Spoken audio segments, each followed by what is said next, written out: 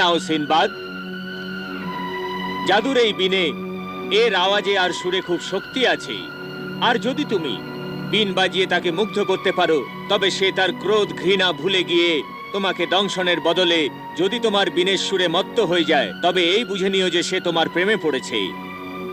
সে তোমায় তার মহল অ্যাশগাতে নিয়ে যাবে, আর সেখানে যখন সে তোমায় প্রেম নিবেদন করবে তখন তুমি খুব চালাকি করে তার চোখ থেকে অবগুণ্ঠন সরিয়ে দিও।